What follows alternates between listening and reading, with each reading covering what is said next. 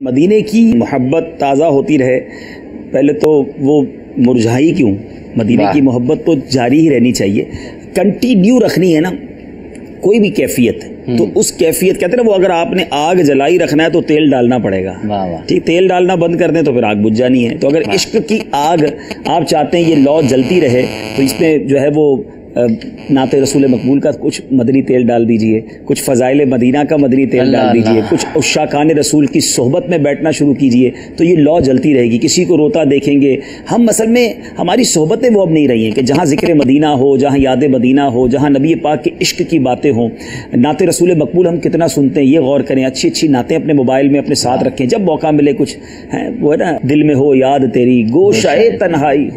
پھر تو خلوت میں عجب انجمن آرائی ہو۔ اکیلے میں آقا کی یاد میں کب روئے ہیں ہم، کتنا دن ہو گئے مدینے کی یاد میں روئے گئے۔ اپنے آپ سے پوچھا کریں کہ کہیں ایسا نہ ہو زندگی کی دوڑ میں جو عشق رسول کی جو مستی ہے، جو گرمی ہے، جو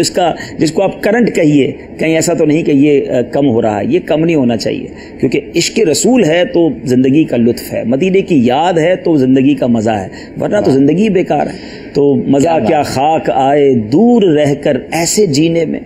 کہ پروانہ یہاں تڑپے جلے شمع مدینے میں۔ آقا مدینے میں ہے تو دیوانہ تو کہیں بھی رہے بےقرار رہے گا نا، بس اس دیوانگی کو طاری رکھنے کے لیے کچھ انتظام کرنے ہوں گے، جیسے میں نے کچھ باتیں عرض کر دی ہیں کہ اس عشاقان رسول کی صحبت۔ مدنی چینل شاندار، آپ دیکھتے رہیں، تھوڑی تھوڑی دیر بعد مدینے کی زیارت بھی کرواتا ہے، کوئی ایک نعت شریف بھی آ جاتی ہے، کبھی کوئی ذکر مدینہ آ جاتا ہے، تو ان تمام چیزوں کو پھر موقع ملے تو فضائل مدینہ پڑھنا شروع کر دے، مدینے کے بارے میں نبی پاک کی جو احادیث ہے وہ پڑھنا شروع کرے، تو پھر انشاءاللہ